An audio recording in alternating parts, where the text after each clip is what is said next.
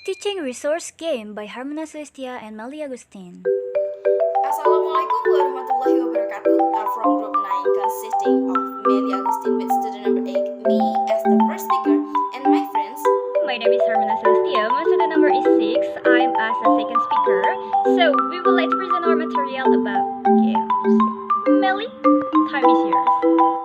Before entering the core of this presentation material, let's answer the questions that cover up our material this time. Why use games?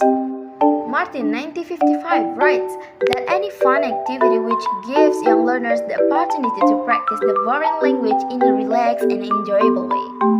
Games may be simple and require very little planning or may need quite a bit preparations and the use of special materials such as these, boards, pictures, word or sentences, cards. Some games are competitive with teams or individuals working towards being winner. Next slide. After knowing the reason why using games, we have to know the advantages of using game itself. There are 10 of the advantages of using game. The first one, they add variety to the range of learning situations. The second, they change the pace of a lesson and help to keep students' motivation. The third, they lighten more formal teaching and can help to renew students' energy. The fourth, they provide hidden practice of specific language patterns, vocabulary, and pronunciations. The fifth, they can help to improve attention span, concentrations, memory, listening skills, and also reading skills. The sixth, students are encouraged to participate. Shy learners can be motivated to speak. And the seventh, they increase students' communications which provide fluency practice and reduce the dominations of the class by the teacher. And the eighth, it helps create a fun atmosphere and reduce the distance between teachers and students. The ninth, they can help reveal areas of weakness and the need for further language. And the last, they can help to motivate and improve writing skills by providing a real audience, context, and purpose. Here is the list of language purposes games. 1. They encourage the memorizations of chunks of language which can be slowed into various contexts. For example, can I have a candy? Can I have a fairy tale books? Number 2. Chunking of language provide useful pronunciation practice as long as a good model has been provided. The 3. The language needed for games may be used as part of an activity where the focus is on getting something done rather than practicing language for its own sake. The 4. Language may be practiced together with a wider educational or conceptual goal. For example, using reading games to reinforce vocabulary as well as the concept of classifying and learning more about a topic. And the 5th, the language in a game may encourage more creative use of language in addition to simple repetitions. The 6th, the students may be involved in informal language items or rules through problem solving and puzzles. And the last, games help to make learning more memorable and accessible by using of color and patterns or personalizations. Next slide. Okay, now we come to the types of games. There are many different kinds of games which can be grouped according to the first one, the kinds of language or learning focus they have. The second one, the kinds of resources, classroom management, and organization they need. Here are the several questions that act as a guidelines to help the teacher decide which type of game. Number 1. Does this game mostly promote fluency or accuracy? Number 2. Does it promote competitions or cooperations? Number 3.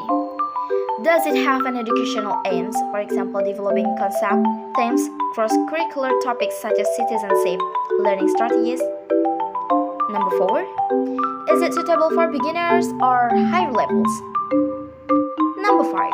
Is it a quiet, calming game which settles learners or an active, livening up game which steers students? Number 6. What material, resources, and classroom organizations are needed? And the last, does it focus mostly on practicing pronunciations, word, grammar, and language functions, language skills, or learning to learn skills. We can divide games into two main types. The first one, language control or accuracy-focused games. The aim of this kind games to practice new language items and develop accuracy, often using chunks of language which are memorized through constant repetitions in the form of hidden or disguised language drills, provide useful pronunciations, vocabulary, and grammar practice. Accuracy-focused games. The aim of this kind of game is usually to score more points than other, and there is often a clear winner. Focus on comprehension, listening, and reading skills, and as well as production, speaking, and writing. The students may not necessarily say anything, but get used hearing and reading words or sentence patterns over and over again. This kind of the games very good at training students memorize. The example of this kind of game, which focuses on the code control and memorization, is based on the formula I want to the market and a book. Here the class has to remember and repeat in the correct order and a range of vocabulary and add their own examples. For example, students A says, I went to the market and I bought an apple. The students B says, I went to the market and I bought an apple and some vegetables. And the next students will repeat the same statement and add their own examples. Based on the examples, it can be concluded that this game can be used for practicing vocabulary and the simple past tense word go. Once the principle of the game is understood, it is better to divide the students into groups so that they have fewer items to remember and is a way of keeping all of the students occupied. So I think that's all from me, and the next material will be presented by Harmuna Sulistia. Next is fluency-focused games. This type of game tend to focus on developing fluency and collaboration with others. Collaboration is achieved by trying to create a context where the pupils focus on getting a task done together or in groups, using key language rather than simply practicing language items for their own sake.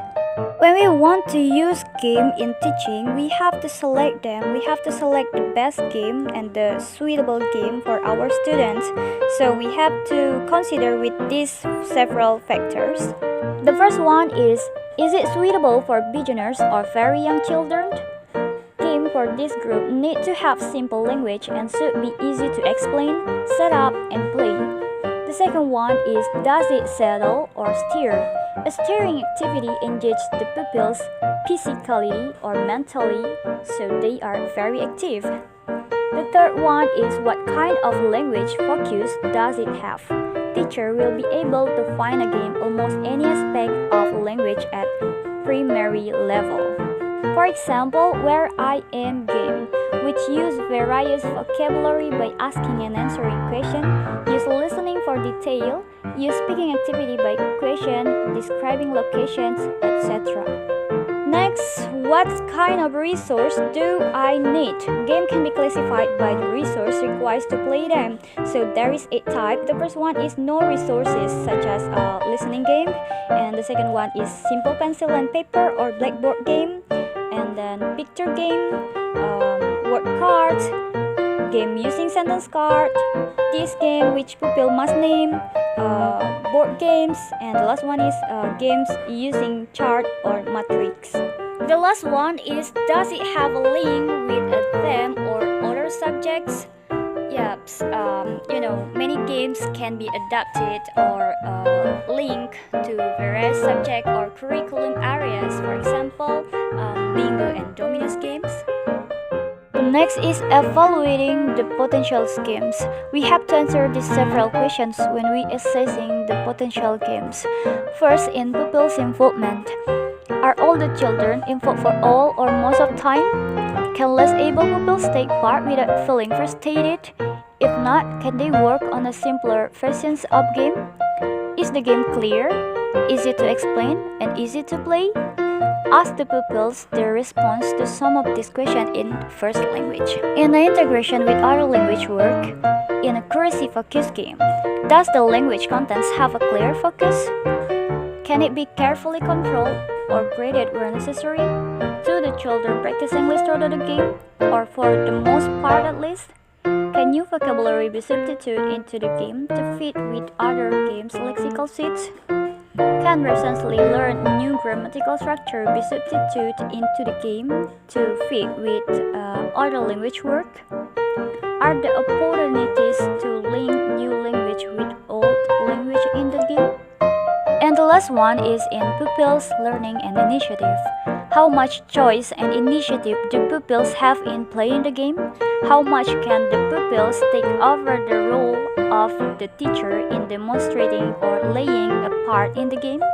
Do pupils have the possibility to extend or adapting the game themselves?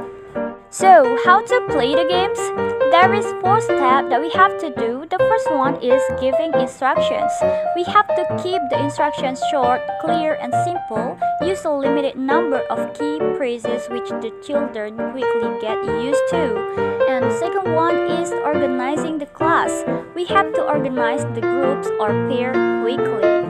And the third one is playing the games. Pupil must be taught the language they need to actually play each game, including the language to organize themselves. And the last one is the teacher's role.